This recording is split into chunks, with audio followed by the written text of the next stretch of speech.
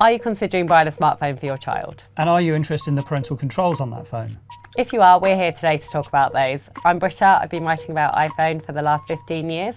And I'm Chris, and I'm a technology expert, and I've been reviewing phones for nearly 20 years. But more importantly than that, I'm a parent, so I've been through 10 years of parental control with my own children. And I also have a couple of children too, both under the age of 10. So first we're going to talk about how to set up a child's account on Apple. For the purpose of this demonstration, Chris has the child's device and I have the parent's device.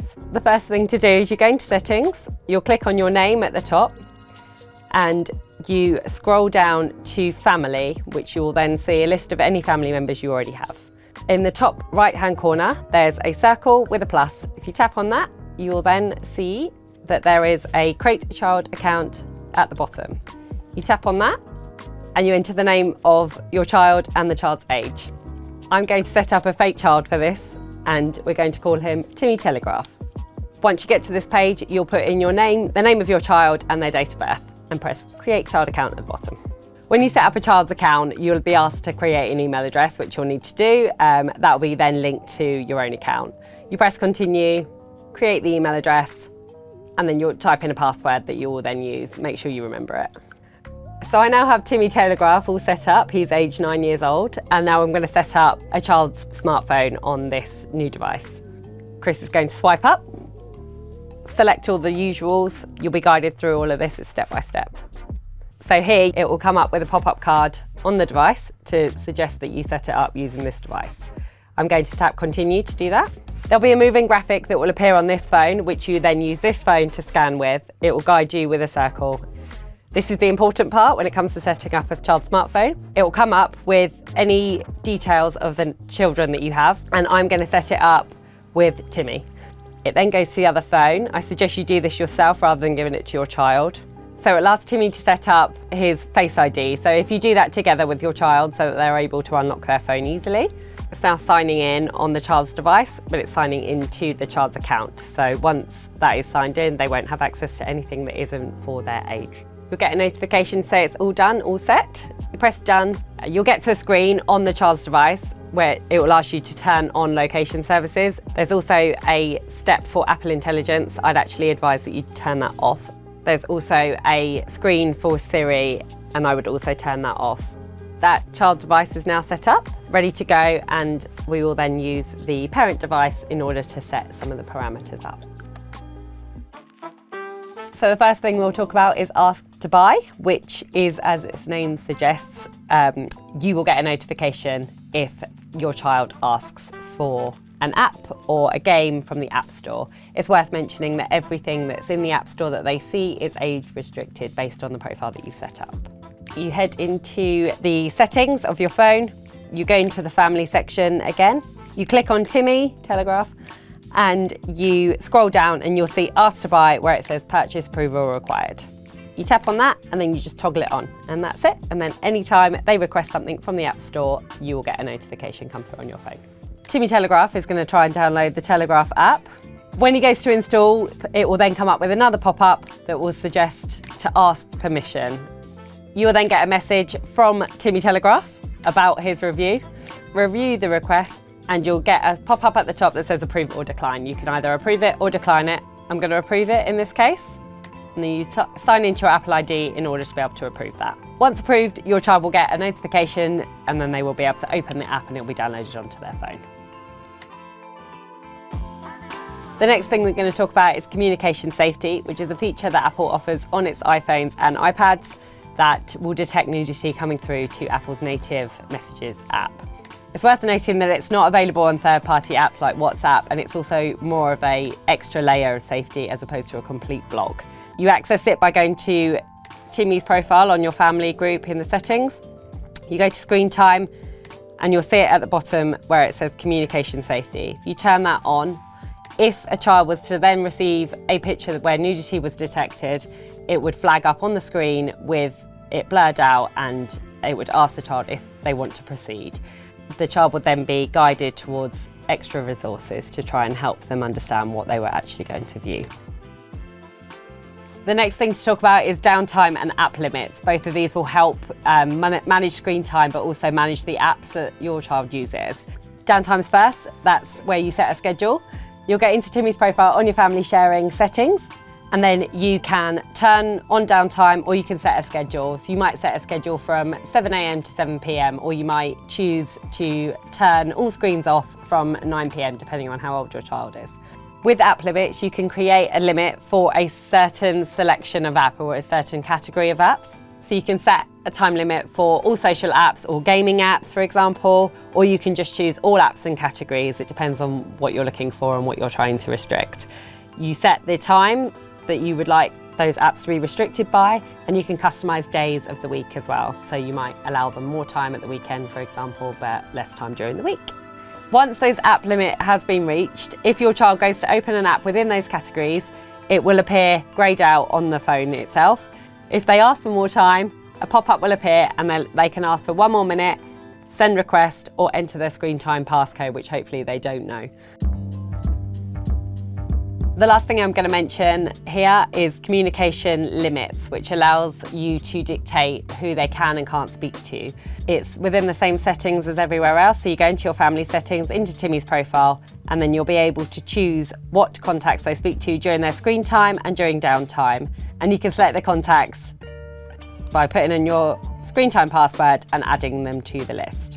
It's worth mentioning that some other settings are available within the child's profile on your parent's device, including location sharing, which is handy if you want to be able to see where they are. You can also set up notifications for the phone to tell you when it leaves a certain location, for example, school.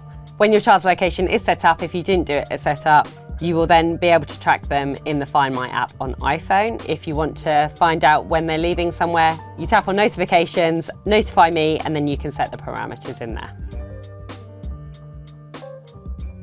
Moving on to Android, it's worth saying that these controls come from Google, so no matter what brand of Android phone you have, you'll be able to set up Family Link controls for your child. In this instance, we're using a Samsung phone and a Google Pixel phone. To add a child to your account, you open up Family Link and then you can tap in the corner and there's the option to add a child. Tapping on this lets you set up a new child profile, whether they have a Google account or whether they don't. In this case, we're going to set up a new profile for Timmy Telegraph. Once you've been through the process of setting up a child account, you'll be introduced by Google and then you have to approve it and it will be created. As soon as you set up a child account on Google, you have the option of putting child protections in place. So you're immediately introduced to the parental controls for the account. As part of that process, you can choose to set them up with a few steps, or you can choose to really customize it by going through more steps for setup. We're going to choose more steps. And on the following pages, you can step through the individual parental controls that you want to put in place for your child, including how long their search history is kept for, etc. When you start setting up the child profile on their own phone, you'll have the option to set up that phone in a number of different ways. You can either sign into the account directly, or you can set it up from a nearby device. In this case, we're going to set it up from a device that's nearby. You simply tap Set Up, scan the code, and then we can carry on setting up this phone. When you come to set up the phone for your child, it will present you with this screen that says whether you're going to set it up for your child or for yourself. And in this case, we're going to tap For My Child. Okay, so once you've signed in with your own account, you'll then have to specify which of your children is going to be using the new phone. Tap on Timmy Telegraph. Once you've signed into your child account, you'll then walk through the setup process on the phone. You'll walk through a number of steps on the device, including which apps they'll have access to. The first lot are all required, and then there are the option to remove certain apps that you don't think they'll need. Then you have the chance to go through the settings for individual sections of the phone, including age restrictions on Google Play, filters on Google Chrome, and filters on Google Search.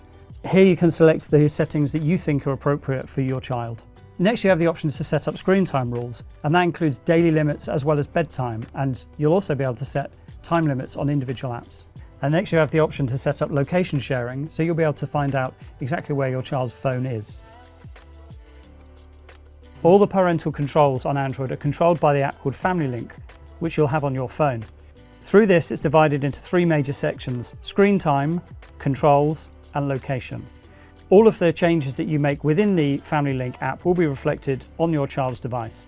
The child can also check what settings have been applied to their device by going into the Parental Supervision app on their own phone. So first we're going to look at the time limits that have been set on this device, and it's simply a case of clicking through and deciding how long you want your child to have access to their phone. You can set those on a schedule so they can apply to every day or every week, so you can have different behaviours at the weekend. You can also set downtime or bedtime, which is where their phone will turn off and then they won't be able to use anything on it. Within this section, you'll also be able to create exceptions. So if you want to give them access to a reading app or a homework app, they'll still be able to do that on their own phone. Within the scheduled section, there's also an area where you can select time limits for school, so they can't be using their phone during the school day. Moving on to the next part, we have controls.